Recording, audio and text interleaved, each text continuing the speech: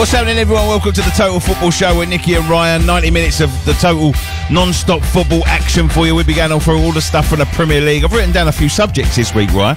I want to talk about a few things on this list, so keep it peeled, because we're going to go a little bit more in depth this week. It's only taking you like 6 months to write a list, mate. Well I know. I found a pen. I lost my pen all the time, you know what I mean? So I found a pen. There's loads to discuss tonight, though. You've got a list, I've got a list. I think Johnny's got a list somewhere. Yeah, we haven't been here for a few... Johnny's got some pens. Yes, mate. Got any Scotch eggs? Johnny, thanks to Johnny C for handing over to us. First things first, mate. How you been? Yeah, I'm alright, mate. Yeah. It's been a couple of weeks, isn't it? It's been a couple of weeks, yeah. It feels like it's been ages since last time I was in there, I was really rough. Yeah. You know what I mean? So, I've recovered nicely. Happy birthday to me dad. He was 60. Yeah, happy birthday. I went out on Saturday night. I got a little bit drunk. As you do, yeah. I've had a few drunken nights as well. We was at that Coca-Cola football event the other week. That was good. Yeah, that was decent. We had these cocktails called Free Kick. They were naughty. They was, yeah. All the cocktails were a bit naughty. What was that extra time on the one with the rum in? I don't know. I think I ended up drinking that. I don't even like rum, but they had nothing left. All the free kicks had gone, and they had just one called extra. So I don't know what that other one was called. I think VAR or something like that. Yeah, I don't know. I can't remember. But I took my dad up to the bar, got him a couple of shots, got him a couple of Jaeger bombs, and he drank the first one. We both downed them. He went, "Oh my God, that's disgusting. That's vile." Blah, blah. I went, "Do you want another one?" He went, "Yeah, go on." And then I turned around to my uncle. I said, "See, he'll drink anything if I'm buying." Yeah, you know what I mean. happy birthday to him anyway. Right. Well, are we going to just discount everything that's happened for the last couple of weeks? Or are we going to start fresh? There's a lot of stuff to go through. Let's just start fresh from the weekend, I think. All right, West Ham Crystal Palace. Then, as we always start with West Ham Crystal Palace. Yeah. I didn't go because obviously I was going to a party, but it was interesting game of football, game of two halves. It was. It's that old saying, innit? A game of two halves, and it definitely was, because West Ham in the first half we should have been 2 or 3 up. They had their chances as well, but we dominated the first half, and then in the second half we come out and. Do you know, when I look back at the stats on yesterday, I couldn't believe that they had 17 shots in that second half, Crystal Palace, and we didn't have one. Bearing in mind we brought on Arnautovic as well. Yeah. But yeah, I mean, let's go through the first half. As I said, we from the start we dominated, and we played really well. We was knocking the ball about. Antonio looked like his old self again. Yep. Noble, Rice, Anderson running at them. They couldn't control us, but we just couldn't find the back of the net, and it took us to get a penalty, which was a blatant penalty. I mean, some Crystal Palace fans are saying that it was a dive, and I'm like, well, hang on, he's headed it past him. The goalkeeper's come sprinting into him and punched him with a Superman punch and took him out. But yeah, fair play to Antonio for actually going in for that challenge. A lot of players would have probably ducked out of that and not even bothered. Yeah. But I was just impressed with everyone in the first half. The back four, I think Fredericks and Creswell getting up and down the flanks. To be fair, mate, you sound impressed with everyone in the first half. The defence, even the second half, because they was under a lot of pressure. Oh yeah. The second half they earned their wages, but the first half, just the way they was getting up and down. I mean, Fredericks, it's his second start in a week. And I thought he played really well. I see a few people slating him, saying he hasn't taken his chance, but I thought he played really well. I don't know what some people were watching. That's one person's opinion, mate, and I don't know what he watches sometimes, to be quite honest with you. I thought he done brilliant until second half, where he got a little bit he got a little bit flustered with Zaha, but I think that was his tiredness. I don't think listen, Zaha's a very good player. No matter what West Ham think about him, no matter what you think about him as a character, Zaha's a very good player. And when he's on his day, He can give the best of them a run around. Yeah, cool. So a boy coming back from second or third game from injury, he's going to struggle as the game goes on. Yeah, not only that. I mean, they've got Townsend as well, who ran us ragged in the second half. They started with Benteke, which was a bit of a surprise. It was a good thing for West Ham that they started him. Because I thought Batshuayi, the history there, turned down West Ham 3 times. I thought, well, he's bound to score today. Yeah. But lucky enough for us, he didn't start and he didn't score either. But we controlled the first half, and then I mean, even Hernandez for me was he was making the right runs. He was linking up well with the midfield. we played really well, and I just couldn't see. I could see us not conceding, to be fair, and I definitely didn't think we was going to lose the game. But to be fair, they made get a point. Really good chances throughout the game, first half as well as the second half. Fabianski was brilliant. I'll be honest with you, when I was watching it, second half, I thought to myself, if they don't score within the next sort of 30 minutes, they won't score. All the chances they had, and the goal that they scored was a deflection off a Diop. Yeah. But look, I can't complain that Palace scored because they deserved it. In fact, they deserved to win the game in my eyes. Yeah. We was very lucky. I mean, second half we come out and I just don't know what happened. I don't know why we sat so far back and just invited them on. Sometimes it's easy to criticise your own team because you're looking at it through your eyes, but sometimes, you know, you've just got to hold your hands up and say the other team were better on the day. You know what I mean? And you look at Crystal Palace. I know they've had their sort of troubles lingering at the bottom of the league and all that stuff. But you look at their team, man for man. Would you say it was much of a? I'm not talking squad because we've got a lot of squad players out. But man for man, would you say it was a worse squad than West Ham's? I wouldn't. No, I wouldn't say on paper. They've got some lovely players, right? Sacco's a great player. Zaha is a great player. I wouldn't say Sacco's a great player. They're one at the back. Yeah, signed for Liverpool. I think he's really good. I think he proved on Saturday that Schlupp is a good player. Mitrovic, his name is Milivojevic. Yeah, he's a decent player who should have been sent off. Schlupp. I mean, Van Aanholt as well. He hit a volley, literally just screamed over the bar. Yeah, look, on paper they've got some good players, and they was missing two of our old boys on Saturday, Tompkins and Kiate. So they've got a good squad. I mean, I couldn't believe, because I ain't really concentrate much on the bottom because everyone's talking about the top of the league. So you sort of concentrate on the top of the league. They're only 3 points off the relegation zone. So it's crazy. And they've hit a bit of good form lately as well. Yeah, they've hit a bit of good form, but they seem to draw, lose, pick up a win, draw, lose. That's the sort of form, and if they carry that on, they could get dragged right into it. Because I think Huddersfield have gone. They've got 11 points. Fulham, they're 7 points off, I think it is, and they're going to struggle. You're looking for 3 wins there, and I can't see them getting 3 wins. We seem to say that every season, Ryan, and when it comes to the last 10 games, you get some miracles coming out. I've seen enough of Fulham this season they've not got enough in their squad. I think Claudio Ranieri, they probably would be better off sticking with their other manager. But yeah, no, as for West Ham, we was lucky to get away with a point.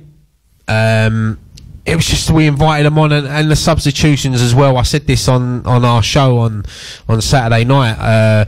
People are blaming Pellegrini, like saying he hasn't got a plan B. But when you look at the options he's got, he hasn't really got a plan B because he's bringing on like for like. A plan B is when you bring on a Lanzini or a Nasri, someone that can grab the ball and make things happen. We ain't got that at the moment. I mean, he's brought on Obiang Zabaleta, and obviously, of course, he brought on Arnautovic, and the from the fans, I was in the stand. He got a mixed reception because some people didn't want him on. Won't accept it, yeah. Just won't accept it. And I said this, I done a radio interview yesterday, and I said, look, as long as he wears a shirt, puts in the effort, I'll support him because I want West Ham to do well. I don't care about Marko Arnautovic. I want West Ham to do well, and if he is doing well, West Ham are going to do well. There's no denying that. So when it comes to the summer, if he wants to go, let him go. The thing is, mate, our eyes have been tired. Our hands have been so tired of late with injuries. But again, Ryan, you know, you look at some players, you know, big players that have been out all season. You know, Lanzini returns against Fulham, that'd be a massive boost. But you look at some of the signings we got. Yarmolenko got an injury early on in the season, out for the season. Jack Wilshere, Willie won't he? Looks like he's going to miss the rest of the season. Carlos Sanchez, who come in to reinforce the midfield. Winston Reid. Give me a chance. I'm just saying. No, I'm just about to say Winston Reid, massive part of our defence. Haven't seen him. Even when you sign Nasri and he played well against Arsenal, you think, we've got enough now until Lanzini comes back, picks up a calf strain out for 2 weeks. You know what I mean? It just. Pedro, looking at Pedro Obiang for me, Pedro Obiang he does a lot of everything but nothing good. You know what I mean? he doesn't change a game for me. And the way Antonio was playing, and the way the way the game was going, that we had to hit him on the break. I can sort of see what he was doing, but it would have been better to leave Antonio on. Well, the thing is, I'm not Pellegrini and I don't make the decisions, but I was sitting there thinking to myself, if he's going to bring on an Arnautovic to do that, he'd have been better off bringing on Andy Carroll to do that. Then maybe bringing on an Arnautovic to play with Andy Carroll. Yeah. And then you've got two players there. I mean, Palace were pushing us, but they were still there for the taking. There was a couple of times. And you've got Masuaku sitting there who can attack. You've got Diagana who would have been a good option.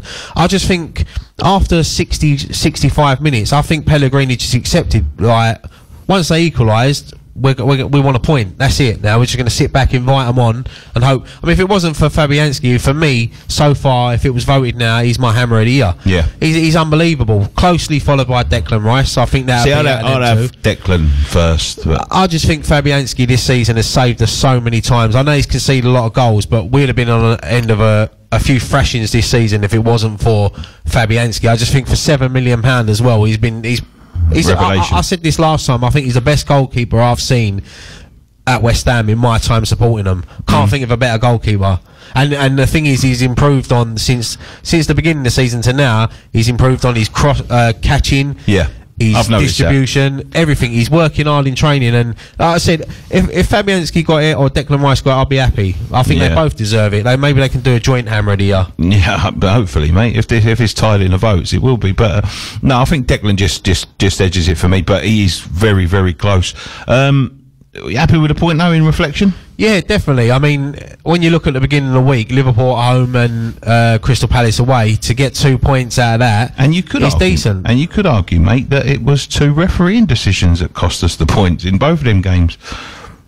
Yeah, but saying that, right now, I've set up going to the game on Saturday. I've seen massive criticisms of the referee. And I'll be honest, watching it at home, I don't know what people are moaning at. He let the game flow. I thought he got most decisions right.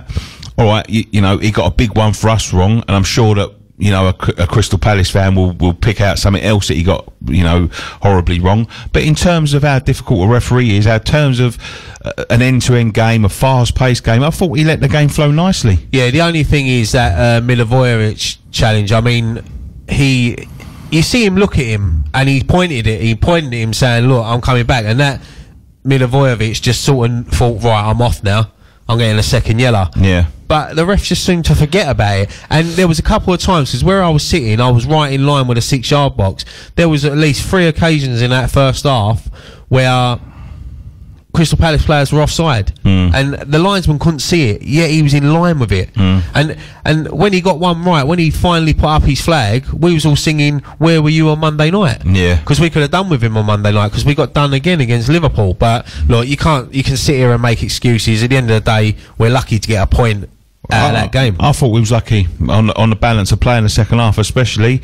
They'll take the point now. 2 good points, I think. 1 away from home, 1 at home. Got a couple of big games coming up. Obviously, Fulham at home in a couple of weeks. We ain't got a game this week because of the FA Cup, and then we travel to Man City in midweek, which will be very, very tough. So picking up points in this point of the season, you know, well, it all adds towards the total. We sit 10th in the Premier League now. As you said, we've got Fulham next, which on paper we should win, but it's the Premier League. You got Lanzini back, Nasri back for that game, so it's a big boost. They've gone out to Spain for warm weather training, time of the year.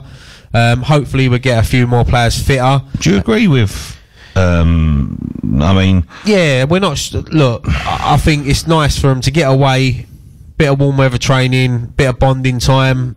I know people say, oh no, they should be here at Rush Green and doing this and that and that. But look, it worked out well last year when we went to Miami. We come back and we got on a good run and we got our relegation scrap. We're not in a relegation scrap. Let them go away, have a bit of time off. I'll be honest, mate, I've always agreed with a bit of warm weather training. I don't think it does anyone... one player we forgot to mention as well will be back for that game, Balbuena. Balbuena, yeah. He's going to be... Well, he's got a job to shift Ogbonna out, because Ogbonna the last 2 games has been like the old Ogbonna we all knew. And this is good. This is what I love about West Ham at the moment. There's competition. Yeah. Once we get players back, this is what they have to do. They have to up their intensity. Yeah, and up their performances to stay in the team. Yeah, You look yeah. at Perez didn't even make the bench. No. On Saturday. No, it's tough. It's tough to keep. It's going to be tough to keep everyone happy as well. Obviously, as I said, warm weather training, mate, over in Spain. I'm someone who's right in support of it, because I think it gives a few players a chance to clear their minds. It's less likely that you're going to get injured, that you're going to be cold, you know what I mean, and things like that. And all the injuries and stuff that our training ground has brought of late. Any excuse to get off of it. Yeah, I just hope that we don't pick up the paper or look on social media and there's a story that one of the players have done something out there, got drunk or something. Because you look at last year when you had all the stuff with the Burnley game, and David Moyes took the players to Miami and there was a big uproar, and then we come back and beat Southampton 3-0, and then we went on a little run. So, look, I'm in favour of them going. Good luck. But it does come at the cost of the FA Cup 5th round. Yeah, of course. That's another thing. I mean, I'd rather be playing Millwall on Saturday in the FA Cup 5th round, because we've really let ourselves down against AFC Wimbledon. There's no... I wouldn't say there's no excuses to lose it, because at the end of the day it's 11 versus 11, and Wimbledon wanted it more, but they're bottom of League One. West Ham were mid-table in the Premier League. Felipe Anderson's worth more than that whole club, but that's what I'm saying. 11 versus 11, they wanted it more. They showed us up, and good luck to them. I know they've got a tough game on Saturday against Millwall. Millwall done well to beat Everton in the last round, so it should be a good game. But it should be us. Marko Arnautovic. I want to go into Marko Arnautovic a little bit. Obviously, so do a lot of people. Since the last time he was on air, it looked like he was going to leave. It looked like he was going to go. There's been twists and turns in his tale. He ended up, which I've got to give you props, mate. You called this all along. He ended up signing a new contract, which I understand from a point of view of somebody in the nose is sort of a token contract, in the fact that it gives him a few more quid every time he plays and every time he scores a goal, but it is ultimately something that he signed just to tide him over until he goes in the summer. I think he signed that just to sort of, how do I put this, win the fans over a bit. Yeah. Just to say, oh look, I'm staying now, I've signed a new deal, I'm here. But we don't buy that. We know that he's forced to sign that. He obviously wants to go. He still wants to go. I just, his body language on Saturday for me, just even when he come on, I think some of the players as well, they're harbouring grudges, aren't they? You can tell. And it's a shame, because Marko Arnautovic could have stayed here for the rest of his career, but he wants to go on and win trophies. Like I said a few weeks ago, if he had come out and said, I want to go and play in the Champions League, or I want to go and play for a top 4 club, then fair enough. But when you say, I want to go to China to win trophies, there's no ambition there. We all know it's money. We all know that's all he's driven by now, is money. So we've offered him a new deal. Has there ever been any doubt about that, right? The way he left Stoke and came to us in the end? Yeah, but he said when he left Stoke, he wanted a new challenge and he wanted to go to a bigger club. And look, no disrespect to Stoke, we are a bigger club than Stoke. Double the money, though. Yeah, we are a bigger club. And that's the thing with these players. Look at Dimitri Payet. He had the world at his feet with us. Look at him now. You don't even hear about him no more. No. You don't even hear about him. I don't even know if he's still in the France squad. I don't think he is. No, I don't think he has been since. So he could have stayed even if Payet would have stayed at West Ham for another 2 or 3 years, he might have got a big money move to Real Madrid or something. Yeah. And been on the world stage. We took because I'll be honest, I never heard of Dimitri Payet before we signed him. No. We turned him into one of the best players in Europe. I remember Euro 2016. He set the tournament alight, and then he comes back, he gets his head turned for whatever reasons, and now he's just fading away in the French league, which is boring football. Yeah. Any player that wants to leave the Premier League, I just don't understand. I can understand maybe going to Spain, maybe going to Germany, but or Juventus. Yeah, to Italy, but to go to want to leave the Premier League, the best, most watched league in the world, to go and play in China, it's obviously for money. Don't come out and say you want to win trophies. It's ridiculous. Don't lie to us. Yeah, Tell us the right. truth, Marco. But do you think he's putting in effort? Can you see the effort? I think he's got to put in Is he effort. struggling because of... to me, when I looked at it Saturday, it looked like players were reluctant to pass to him. It looked like people don't look at him the same way. The fans haven't taken back to him. His body language seems like he's fed up, and you know he's literally just counting down the days now, because there are only 12 games left, of course. He's counting down the days till he gets his move. What has he got to do win everyone back over? The thing is, he's just got to put in performances. He's got to do them for himself, because I can't see this big money move happening to China now. If he wants to go, he's got to put in performances and score goals, because why are a team going to pay £50 million for him? But maybe when they he's won't. not scoring. Maybe they won't pay £50 million. Maybe this is all a ploy to make him worth £30 million. Yeah, but then and another thing as well. What if Marco, these next 12 games, what if he has a really good end to the season? Lanzini comes back, Nasri's back, they link up well, he's enjoying his football. Who's not to say that Pellegrini don't say, look, stay with us. Look what we're building here. You've got Yarmolenko to come back. We're going to get in a few new players in the summer, get rid of some players like the Deadwood fringe players, and build up and say, look, we're gonna push next season. We're going to try to break that top 6. I'm not saying we are, but let's say, look, we can have a real good go. Let's break that top 6, and he might want to stay. But for me, I can't see it. I think he's going to go. If he stays or goes, it don't bother me. I said that I won't. I'll support him, but I won't sing his name. I'm not going to buy all that kissing the badge and doing the cross arm. As you see when he signed his contract and he done the video ain't even ended and he was already running out of that room. It was like he was forced to do it. It looked like it, didn't it? It looked very funny. It looked like a very funny video, the way it was set up. It was obviously not a club video. I think someone had just advised him to to do that. He hung up a shirt in the back of his room. Yeah, it looked like one of my old transfer videos. Yeah, it was strange, wasn't it? Poorly lit, wasn't an official thing, wasn't at the club, obviously. And it was the timing of the video as well, because we'd just gone out to, and that comes down to the media team. There's no way they would have done that. That was on a time of that video where they thought, right, we're going to get through against Wimbledon. Everyone will be happy with that. We're putting the Marco news out. Everyone will be buzzing. We lost 4-2. Can you just imagine a press officer struggling to try? Oh, he must have got halfway down the A13, M25 where he was going and thought, oh my God, I've got to turn around. There's traffic. I can't stop it. John, help me.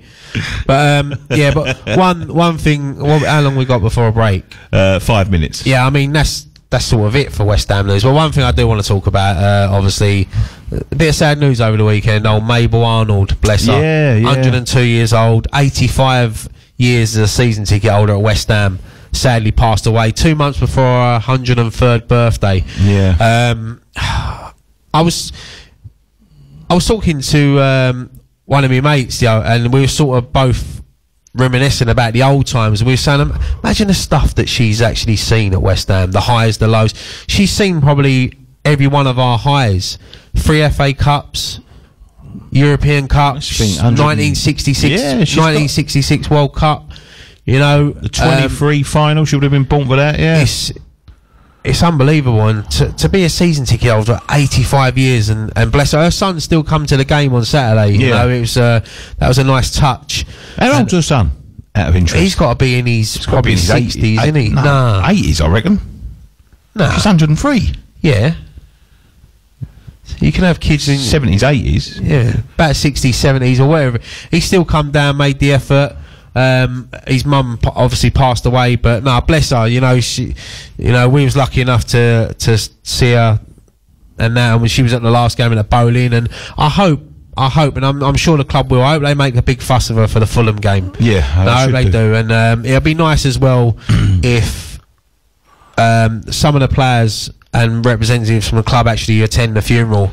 At the end of the day, mate, I've always said this, and I don't just say it because we are them, but football's nothing without fans. No, I think a plaque as well at the club would be a nice touch, because the players she's seen. I mean, there's the old stories of dancing with Bobby Moore and all that, and it's nice, and it makes you think about your times going West Ham. Like I've been you've probably seen some of my tweets. I was talking about things that before social media, and we had to wait for Hammers News to come out to find the latest news, or wait every Wednesday to get the Newham Recorder just to look at the back pages and see everything about West Ham. Club Call, Teletext, and it does make you think about the old times. And yeah, she had a great life. She had a great innings, 103. And if I get anywhere near that, I'll be happy. I'm telling you now, mate. I'm not getting nowhere near that. Bless her. It's sad. It's a proper fan, and I hope the club remember her, and her name forever is linked with West Ham United, and they make a big fuss of her against Fulham.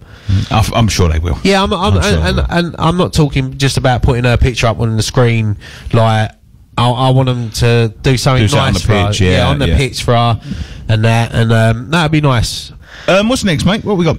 Premier League action from the weekend. Early kickoff. Fulham 0, as we mentioned earlier, struggling. Manchester United 3. Solskjaer's black and red army, Red Devils go marching on. Well, I think he's won 10 out of their last 11 games. Or rumours today, mate, he's getting the job full time. Well, I was just about to say that, mate. Fair play.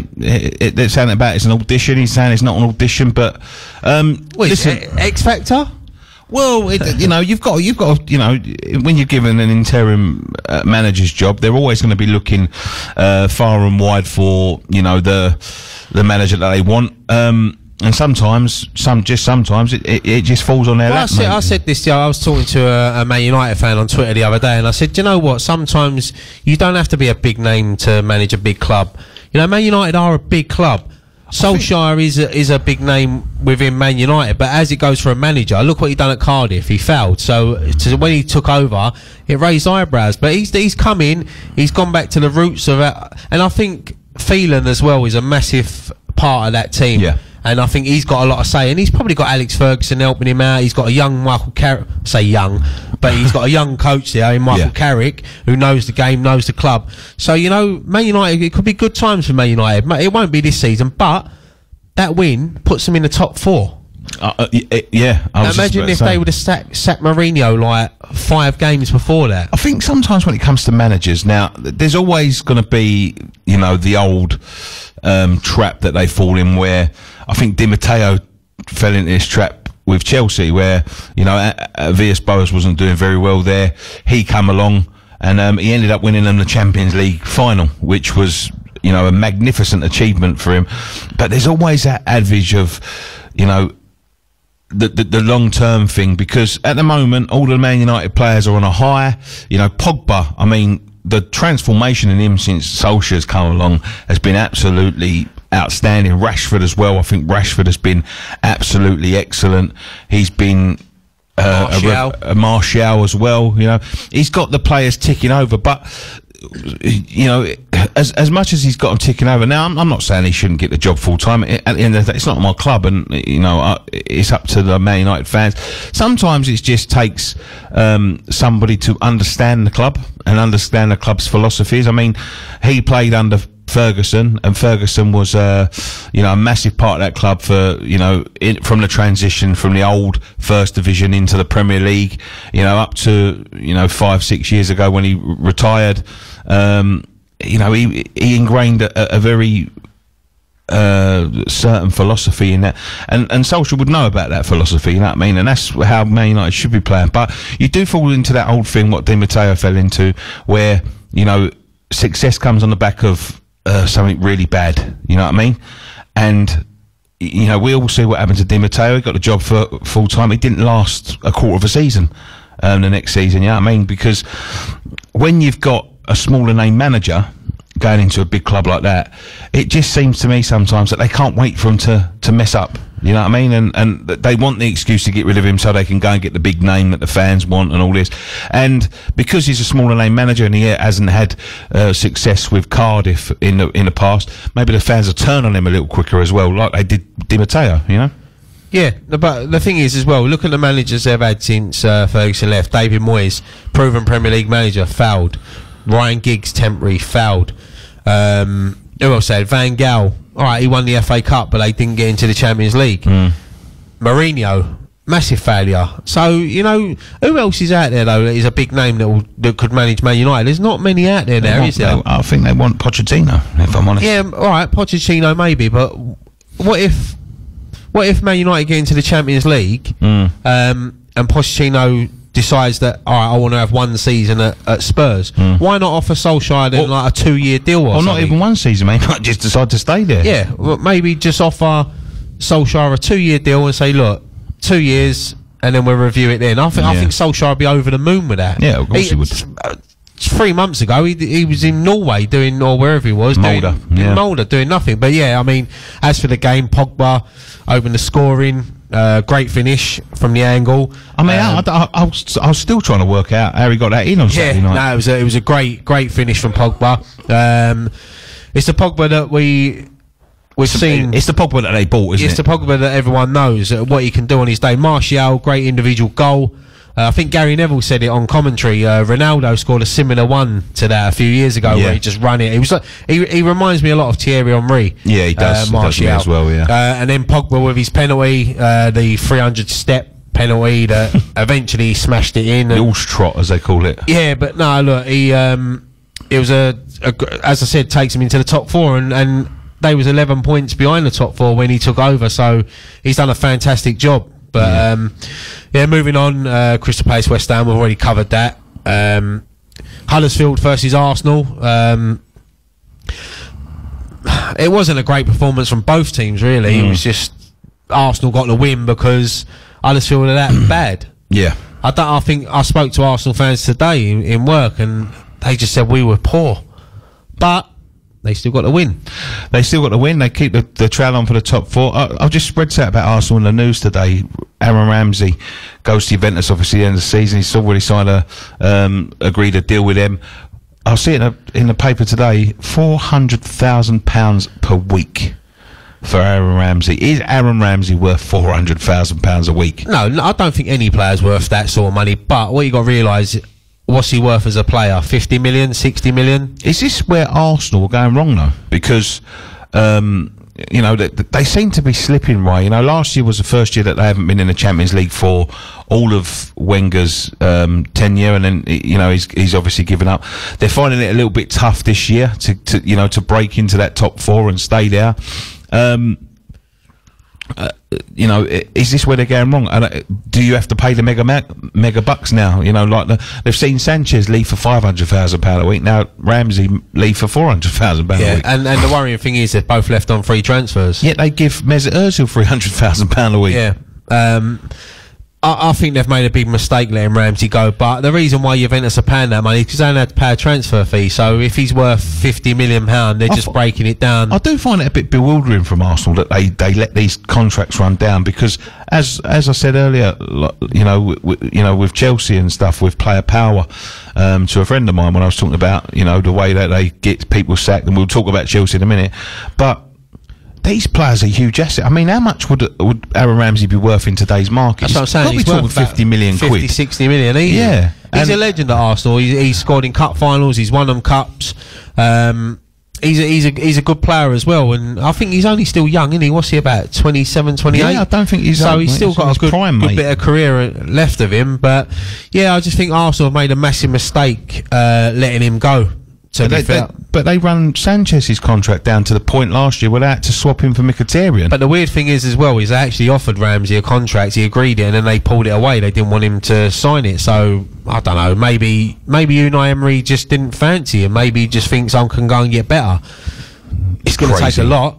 Because to get better than Ramsey, you've got to pay 50, 60 million, and we know Arsenal, I mean, they don't like to pay that. I know they've bought Aubameyang and Lacazette for a lot of money, but they're not really known for going out and spending that major money. But yeah, I mean, look, they got the 2-1 win. Poor game. Huddersfield 11 points. I think they're down. They're not going to survive. Their new manager still ain't got a new win. I feel sorry for him. He's come in. Difficult time to take over any football club when you're struggling that bad, and they haven't got the players. I think this is the time of the season, though, right? When you talk about, you know, them being poor, as I said earlier, there's always times when, you know, a few of these teams start to galvanise and think to themselves, right, we're running out of time now. And this is where it gets dangerous for teams like us. I think they've only scored like 10 goals all season. Yeah, look, I don't think Huddersfield have got it in them, but someone like Fulham, who have spent a lot of money, they've got some decent players there. Like, we play Fulham next. But this is the times when they start to think, right, we're running out of time now. Well, their run starts after our game. Yeah, so do I. They start to think we've really got to start pulling our socks up now, otherwise we're going to end up, going out without a fight. And that's, I don't know whether Huddersfield have got it in them, but expect some twists and turns in the Premier League. So. Oh yeah, definitely. That's why we love the Premier League. But quickly moving on through Saturday, Liverpool, who started that day in second place after City took top place. 3-0 home win, comfortable for Liverpool. But their first goal, Mane, offside again. Yeah. Offside again. And you think, are they starting to get the little bit of luck that are going to win them the league?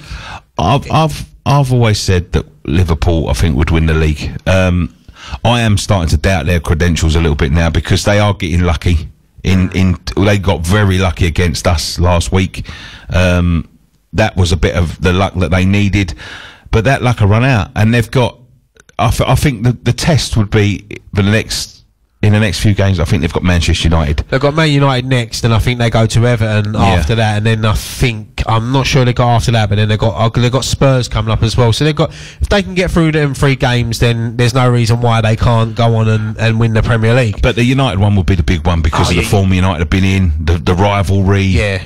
You've got to, it's an exciting end to the Premier League season. It's that's what I'm saying. For us as West Ham fans, we're mid-table now. We've got nothing to gain, nothing to lose. We could try to nick 7th spot, but I think the form Wolves are on, who play tonight against Newcastle. I think they're going to nick that, and fair play to them. Well deserved. Yeah, they're a good team. But at the beginning of the season, when you look at the two teams, Fulham and Wolves, I thought Fulham would have had the better run. I thought they would have done better than Wolves because of the money they spent. But it looks like Wolves. I think Wolves have just agreed another deal with a Portuguese wonder kid from Benfica today. They look like they're really building to challenge for something next year. You know what I mean? It's always that second season syndrome in it. Yeah, there's a big danger. Yeah, there's a massive danger. But yeah, Wijnaldum and Salah wrapped the game up for Liverpool. Easy 3-0 win. Salah could have made it 4 at the crossbar, but it was comfortable. And then Jurgen Klopp, he's getting a bit arrogant for me. I like Jurgen Klopp, but over the last few weeks, especially after the West Ham game, he's turned a little bit arrogant. He's turning sort of into Mourinho for me. Yeah, he's getting, and you can see that the pressure's starting to get to him. Yeah, it's how he deals with these next few weeks. Let's see what a great manager is after the next few weeks. But Southampton lost at home to Cardiff City. Massive boost for Cardiff. This after everything that's gone on. This is the first game after obviously the body was found of Salah. Do you know what? Striker. I don't think we've been on air since it happened. I remember reporting this on this radio show about that. They'd agreed the fee. I couldn't remember the man's name now, but I'll never forget it. Now, you know what I mean, but. I mean, what? You can't remember it, but you'll never forget it. No, I couldn't remember it I couldn't remember his name. I remember going, they've just signed someone from the French league, but I'll never forget it now because of obviously some terrible circumstances. But that's the second big tragedy we've had this year in the Premier League. Like, someone was saying this today, that it's probably the worst thing that's ever happened to Cardiff, but it could end up being the best thing to happen to Cardiff because it's given them the boost and the confidence to want to do it for that Salah. Look, whoever said that, I'm sure they wasn't trying to be insensitive. No. What they're trying to say is that it's the worst thing that can happen to them. It's a tragedy, but in terms of football, club, it's give everyone a boost and a lift. Everyone was down, and now they want to sort of do it for Salah. He's never ever pulled on a Cardiff shirt, never kicked a ball for him. But if they stay up this year, he's sort of like he'll go down in their history, if that makes sense, like a sort of legend. They won't forget him because you can see the players are playing for him. I mean, players like Sol Bamba 3 weeks ago couldn't even kick a ball straight. Now he's scoring goals left, right and centre. It was a crazy end to the game as well because Southampton equalised in the 91st minute, and Southampton fans are obviously going mad, and they're loving it. And then bang, 93rd minute, Cardiff go out there and get them, and that's what I'm saying. They just had that extra bit of want to win. Right, yeah. And this is what I'm saying, and yeah, the person that said it earlier, he wasn't being disrespectful to Salah, but he's just saying he's giving him an extra boost. Yeah, you know, look at Leicester after the helicopter incident. You know, they weren't winning. That happened. They go and win the next few games. Yeah, it give them a sort of lift that they want to go on and what's the word I'm looking for? They want to go on and just remember their names and you know, tributes and all from but moving on, Watford against Everton. Obviously Marco Silva going back to his old club. Loads of fans had rubber snakes around their necks and they lost 1-0. You could make it up, could you? Do you know what? Look, I've always said this about Marco Silva. I do not see where the fascination comes out. I don't think he's a good manager. He struggled at Hull. He's struggling at Watford as well, and he's struggling at Everton. And I reckon they get rid of him in the summer. Yeah, I really think they do. I don't. When West Ham fans were going, "Oh, just get Marco Silva," I'm like, why? I'll be honest, mate. I was one of them at the time because he was doing really well for Watford. I've never seen the appeal with him. No. Never. Even when he was at Hull, everyone's saying, "Oh, he done well at Hull." I'm sure they got relegated. So how's he doing well? What? Because he won 4 home games in a row. Still went down, but and then Kurt Zuma got sent off after the whistle for dissent, 2 bookings. After the full time whistle? Yeah, after the full time whistle. He was arguing in the ref's face, and the referee just whipped out a yellow card, and he carried on. So he went, here's another one. See you later. Yeah, good night. Enjoy your rest next game. Yeah, the last game of the day on Saturday, Brighton and Hove Albion won Burnley 3. This was a surprise result.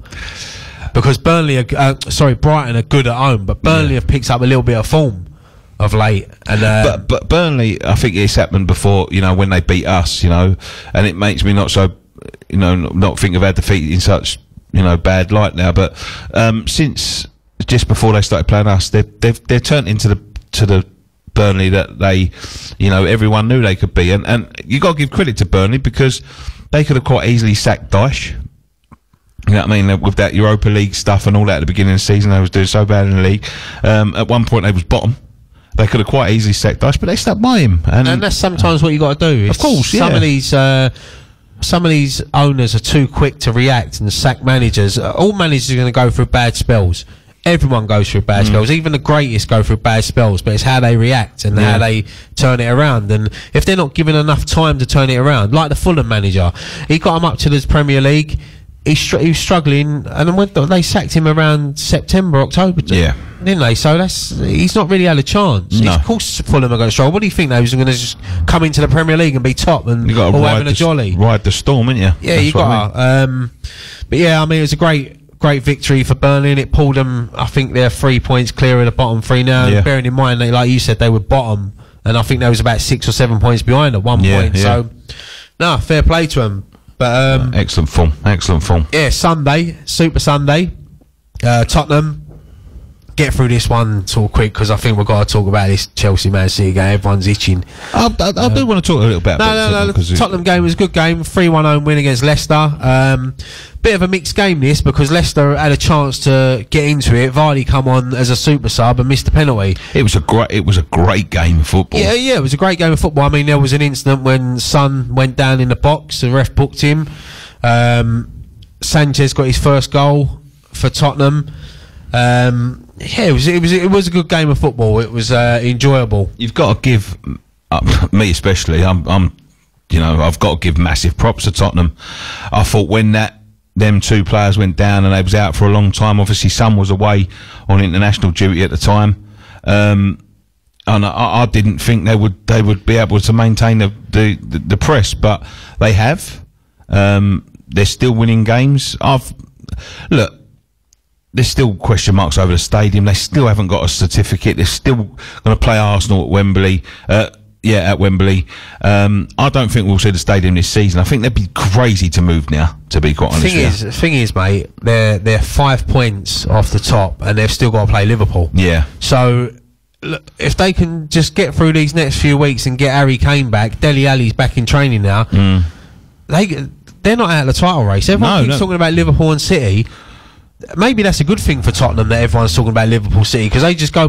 Bearing in mind, they ain't signed no one this season. I know. Imagine, it's crazy. Imagine if they would have just got a couple of signings that would have replaced an Harry Kane or Dele Alli. But fair play to them. They're still up there. They're fighting for the title. Massive. It was a great win. It's sealed by a Son, scored a great goal at the end. Yeah. I thought at one point his legs were going to go. Most underrated player. Yeah, in the he's a Premier great League player. I really rate him. I do like him, and I'm saying that as a West Ham fan. You know, I think he's a great player, very underrated. And yeah, great win for Spurs, keeps him in the title race. But yeah, Man City versus Chelsea. I mean, Liverpool won on Saturday. Everyone was thinking how are going to City react. Chelsea are going to go there and win. Chelsea, let's just put this bluntly as well. Chelsea had to get something out of this game because Man United had just pipped them for fourth. But to be fair, I watched this game yesterday. The first 5 minutes, Chelsea were the better team. Yeah, and I thought to myself, they're going to give it. They could nick something here. But 4 minutes in, Sterling scored. Higuain had that chance, didn't he? Yeah. The offside. I don't even know where to begin with this, because I haven't seen a Chelsea team get battered like that. I actually was going to call the police after 3 or 4-0 because I felt sorry for them to stop it. After 25 minutes, right? I know, 4-0 down. What can you do? You can't do nothing. The thing is, play for pride. City. The thing is, when you're going through that bad patch, this is what City are so good at. When you have bad patches in games and City have a lot of possession, they score goals, and that is the thing. You cannot afford as an opposition team, you know, to lapse 10 minutes of concentration, because after 10 minutes, mate, you could be 3 or 4 down, and that's what happened to Chelsea. They had 20 bad minutes in the first half, and in that 20 bad minutes, I mean, Sterling was running riot. I mean, it was to be honest with you, when I was watching it, right, it was getting embarrassing at times, watching him just float past player. I mean, that Marcos Alonso, I mean, not for me. He's a terrible player. That's their heaviest defeat in Premier League history. Yeah, I'm not surprised. And I said this at the beginning of the season when they first appointed him, that Sarri. I don't think he's the right manager for Chelsea. I mean, we all know he's a smoker, and I think if he could have smoked on the bench yesterday, he'd have lit Zola up and smoked him. I think, because he would have gone for about 60 fags. They were poor, Chelsea, and they've got some good players: Higuain, Hazard, Kante, but they just don't look motivated. They need. No disrespect to Sarri. I mean, he's probably a good manager, but sometimes going from Italy, Italian football to here, you realise the difference. I mean, Conte was lucky in his first season. He won the Premier League. Second season, he struggled. I think Chelsea need to go out. They need to... Do you know who I think would suit Chelsea? Is someone like Eddie Howe. I think he'd get them playing good football. He'd get some good... Like Bournemouth playing good football. If he's given world-class players... But the only thing with appointing Eddie Howe, and this is why I think a lot of English managers don't get top jobs, because I think the players... Their egos look down on them and think, no, you're not good enough to manage me. Mm-hmm. But I mean, I've got this written down on my piece of paper. Do you think Chelsea could be finished as a top 4 team? There seems to be no sort of structure within the club.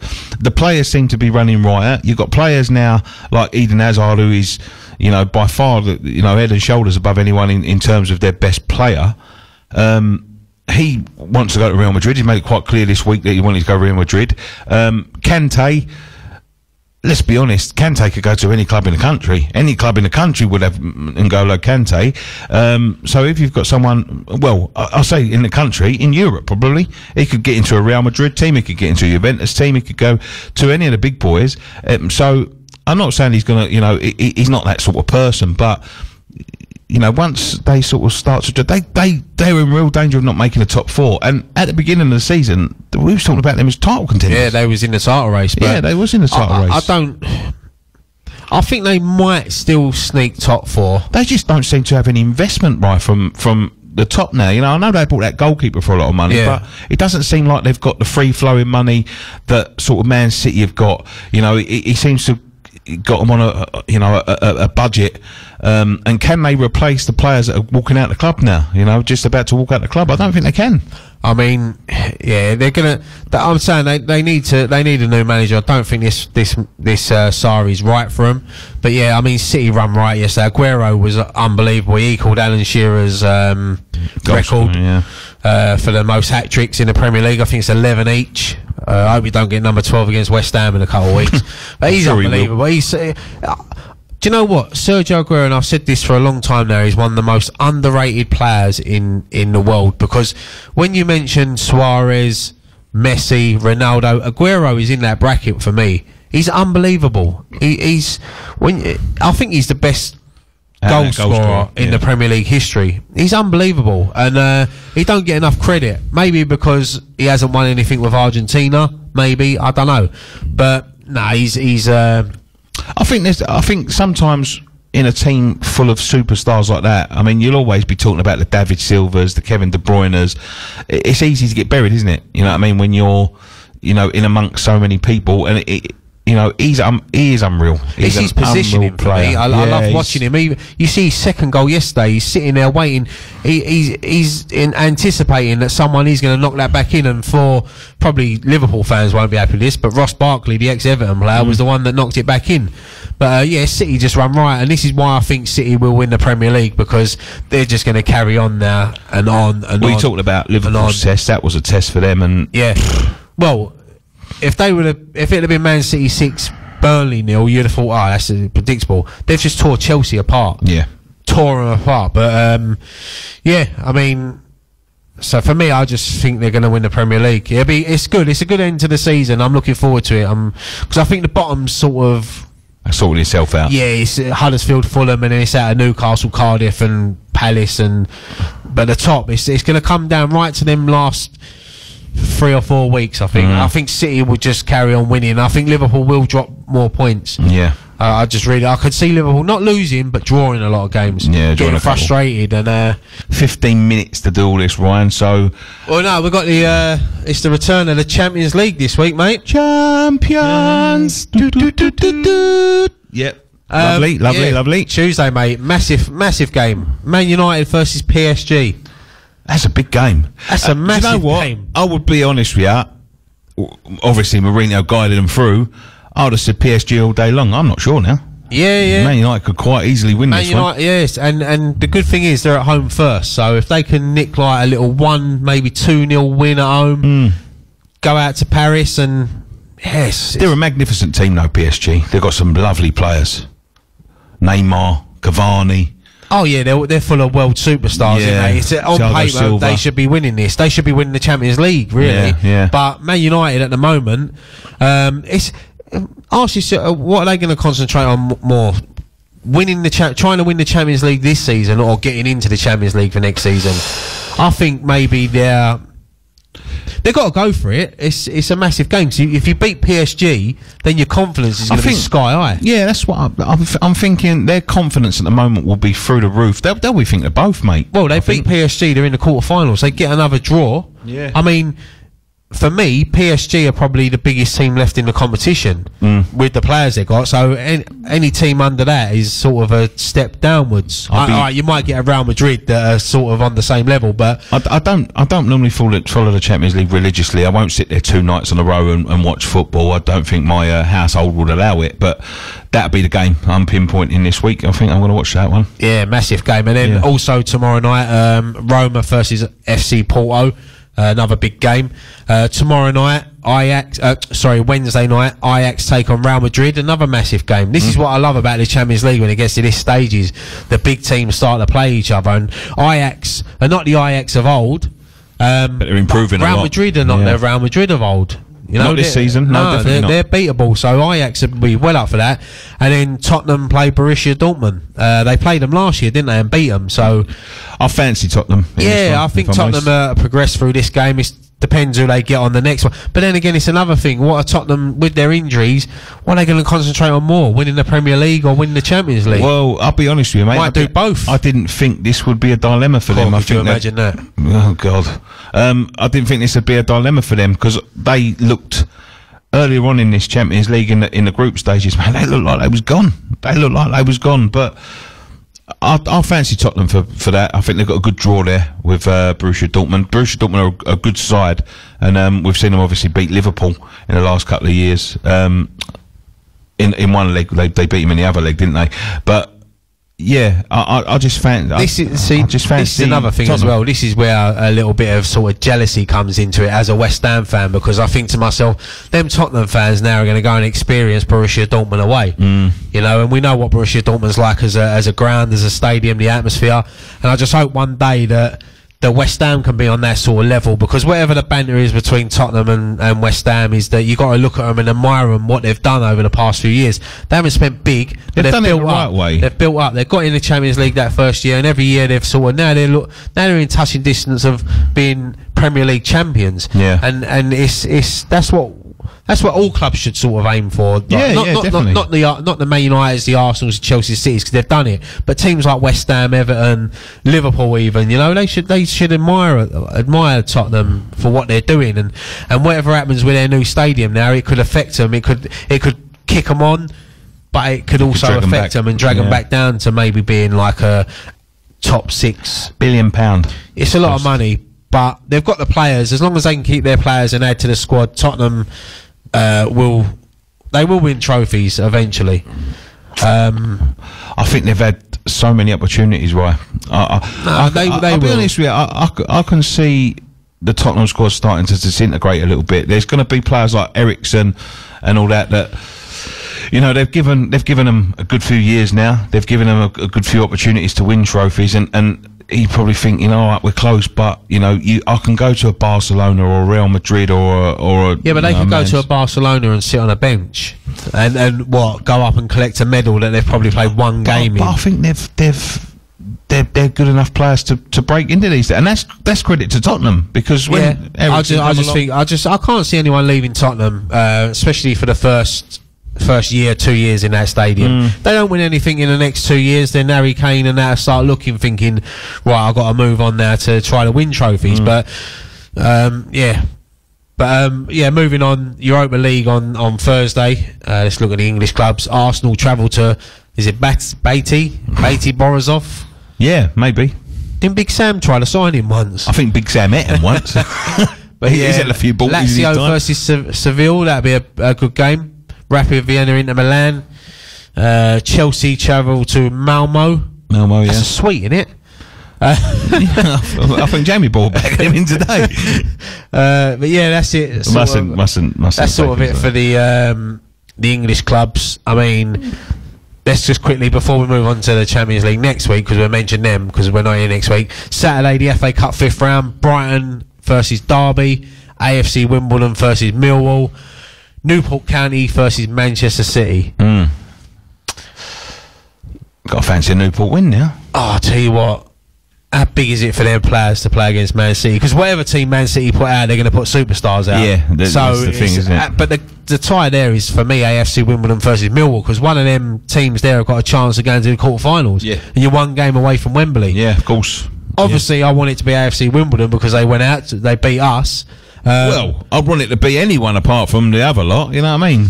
As a West Ham fan. No, do you know what? The thing is with Millwall now, I don't hate them. I don't dislike them. I think they're a good football club. Obviously, the fans, West Ham and Millwall fans, don't get on. But recently, I've noticed they are starting to get along. I don't think they're going to be inviting each other's Christmas parties. No, that's not. They're not. But then it's not a. It is a massive rivalry. Don't get me wrong, but I don't hate Millwall. I hate Tottenham more than I hate Millwall. I think, and that's because we play Tottenham every year. Yeah, I know Millwall, what you mean. We only play Millwall when we feel generous and get relegated and go down to play them. I think, as much bad as we say social media does, yeah, it also produces a lot of good. We'll be talking about something in a minute, but there's a lot of love coming from the football teams over. Obviously, they're raising money for Isla, and they've been very prominent in raising money for him, and one of their fans, especially when he was doing all the, you know, moving around as a in a West Ham kit, going around all the grounds. Well, that Tony Monday turned around and said that he's raising he's doing another run, and he's looking to raise 30 grand. He's going to run it as a hammerette.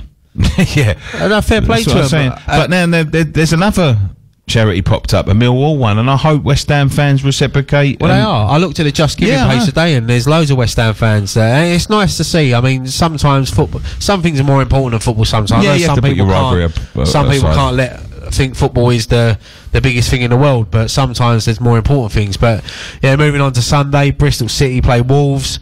This is a massive chance for Wolves to win the FA Cup this year because they're safe. Yeah, they're seventh. You know, they could go for it. Doncaster play Crystal Palace, Swansea play Brentford, and then probably the tie of the round is Monday night, Chelsea versus Man United. You got to go, Man United. They've just been absolutely pasted, Chelsea. Yeah, but then Chelsea have had a longer rest, and Man United have got PSG. Yeah, so. But yeah, I mean, next week there's some more Champions League games. 2 more English clubs in it. Liverpool play Bayern Munich. Another massive game.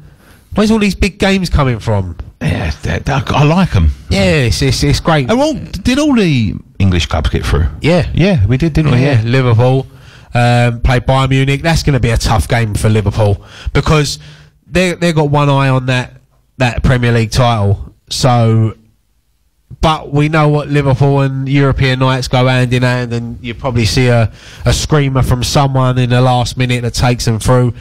The other game that night is Lyon versus Barcelona, and then on the Wednesday night, Atletico Madrid versus Juventus and FC Schalke versus Manchester City. I think they got a good draw there, Man City.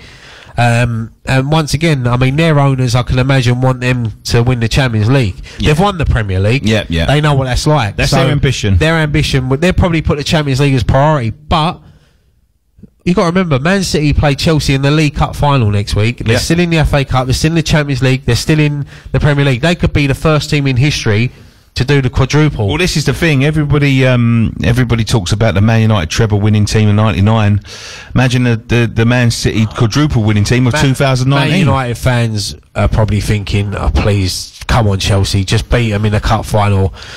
Right. The thing is, it's so much within touching distance because when you look at the Champions League now, what they had in the Champions League 10 years now. It's got to be nigh on 10 years since they got all that money, right? Who's that? Man City. Man City, yeah. Yeah, it was about 2009. 2008, 2009, something like that. So they've been. This is the point where they've been building, and they had a couple of times in the Champions League. They've gone out in group stages. Obviously, they've improved managers and improved players as they've gone on. I think one of the Champions League games when they first started, they had Roque Santa Cruz up front. Yeah, and I think Craig Bellamy played in a couple of them. So it just shows you the advancements they've made with massive. You know, and the experience they've all gained together. They'll be looking at this year thinking, right, this is, as much as people say, oh yeah, there's a power shift in Manchester, they'll never be bigger than Man United. They've got a long way to go. They've got to win titles in that for the next 30, 40 years. Yeah, there's a 50-year gap there. Yeah, but times change.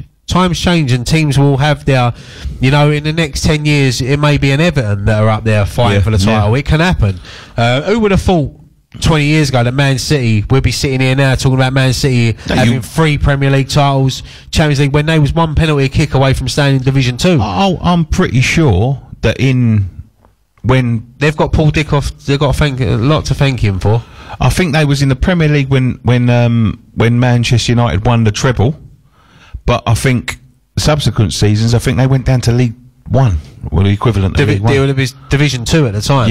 Yeah. The old Division 2. Some people won't even know what that is. No, exactly. But that's what I'm saying. Within that 20 years, they've gone down to League 1 or Division 2 and come all the way back up. Come back and they've built them. And look, there's no denying, if it wasn't for the money, they would have got it. But look, it's 2019. This is what happens now. Owners buy clubs. Chelsea done it.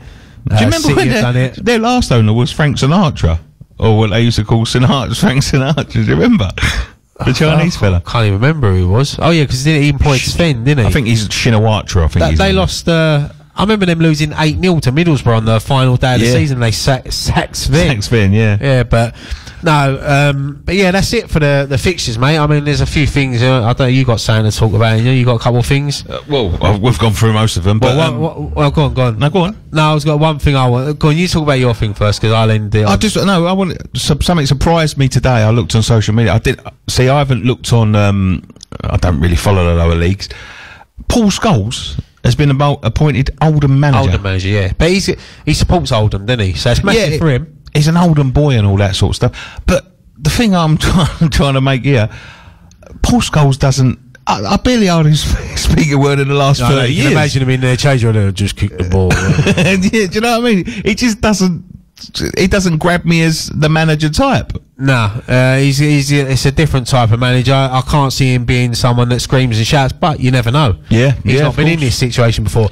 And one of the best football brains this country's ever produced. I was going to say that. Yeah, he is. But I would say, but he played under Alex Ferguson. He's guaranteed to be a good manager. You know? But Giggsy sort of failed for me. Roy Keane wasn't that great. Roy Keane was a dictator.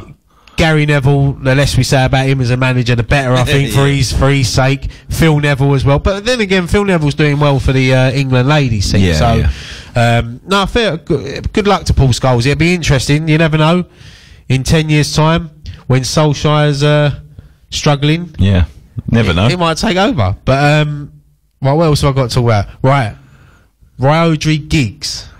Have you seen this Paddy Power advert? Yeah, I have seen it, mate. This is the best advert I've ever seen. The Mickey taking out of Ryan Giggs. Do you know what? I watched it and every scene made me gasp more. I was thinking, oh my God. It's just the reference of like in the pub when you can hear on the telly that the Wales lose and the manager's under pressure and he's got a Man City cup and what else was it? Oh yeah, when his missus says, "I'm just popping out for milk," and he looks at the camera as if to say, it's everything about it. It's the name of the pub as well. When they're fighting, when he's fighting, and he's going, "I can't think of anyone I hate." Yeah, and when he picks, when he's in the park and he kicks the ball and it goes over there, and you see the geezer swinging his shirt around, taking the mickey out of Ryan Giggs. The name of the pub was the Wandering Cock. You know, that's the pub. That's the pub. That's the pub. A cock is a little chicken. Yeah. So it's just it's so brilliant, and whoever done that at Paddy Power deserves a pay rise. I think they've got some good humour at Paddy Power, to be quite honest with you. I think Ryan Giggs needs to take it as humour as well, because it obviously. Did they get on there? No, they haven't spoken in 8 years. I'm not surprised. And then he drives off in a Ferrari with Giggs #1. Yeah. And he's reading the newspaper saying United legend fails at job. Mm-hmm. So no, it's a great advert, and it's a great. How do you think Ryan would have took it? Probably pinch of salt. Never even saw it. I don't think he's got. No, he's seen it. Trust me, he's seen it. But I've seen. Going back, I know this was years ago. This is not news. This is old. You know what I mean? But I've seen years ago when that happened, because that was a good few years ago now, wasn't it? That was a good 6 years ago or something like that. That his wife had the audacity to have a go at him because he spoke to a newspaper about it. And I was like, "Are you joking?" No, it's just honestly great humour by Paddy Power, and as I said, the marketing team, whoever decided to do that, need a pay rise, because that was just unbelievable. I must have watched it about 20 times already on YouTube, and that it's good. But I think that's it, mate. I mean, I've got a couple of things to mention. We spoke about Isla Caton earlier. As most of you know, a little girl suffers with neuroblastoma. West Ham are raising money for it. There's a charity night this Friday night at East Ham Working Man's Club. A night with West Ham legends Frank McAvenny and Tony Gale. What can go wrong now? Nothing. Frank McAvenny, eh? But yeah, I mean, you can pay on the door. It's £20, and you got two absolute West Ham legends there. There's going to be loads of stories on that night. Tony Gale's, we was there at the Biddy Bonds night last year. He's great. Good value, isn't he? Good value. And McAvenny would be great value as well. And another thing as well, there is a charity football game in May. It's ex-West Ham and Celebs versus Team Isla. The ex-West Ham Celebs is being managed by Julian Dix. Danny Dyer's playing. There's loads. Trevor Sinclair's playing. There's loads of other celebs and players signed up. Christian Daly's playing. Christian Daly, Danny Gabidon, Konchesky, I think's back. Marlon Airwood, Colton Cole. So there's cult heroes there, and there's some celebs that are turning up as well. Team Isla is managed by Isla's granddad Tony, and it's just friends and family, and it's going to be a great day. It's Saturday the 11th of May. For all ticket information, email events@islacaton.co.uk. Tickets are £10 for adults, £5 for kids. A lot of people said to me, "Can you pay on the door?" I said you probably can, but I'd advise you to get tickets because I think the tickets at the moment are selling really well. Yeah. And it's going to be great. It's going to be a great day. Let's raise loads of money for Little Isla. And but if you're available on Friday, get down to the East Ham Working Man's Club to see McAvenny. It's two great events there. Can't wait. I'm going on Friday. We'll be at the football game as well. We're doing some filming. I think I might even be putting on my boots. You ain't going to get me doing that. That's for sure. I'll lace yours. Core, mate. Managed by Julian Dix, eh? I'll tell you, mate. I'll take a bollocking off him. Okay. What's now? Yeah, that's it, mate. Who we got up next? Got La Fiesta. La Fiesta. Daryl Privet, yeah. La Fiesta's coming up next. Thank you very much for joining us on this edition of the Total Football Show. We'll be back in 2 weeks' time. We've gone to a 2-week format for the rest of the season. Yeah, because there's loads of people that need opportunities on this. There's so many talented DJs, and you know, we're just proud to be part of it. We'll be back. Don't worry, we're not going nowhere. But 2 weeks' time, we'll be back discussing all the football stuff and all that. And thank you very much, Ryan. Yeah, thank you so much, mate. It's been an absolute pleasure to join you. It's been a good show. Loads to talk about. Daryl Privet's La Fiesta's up next. La Fiesta! One thing left to say, Ryan. Don't forget your boots. Good night. Call you ones.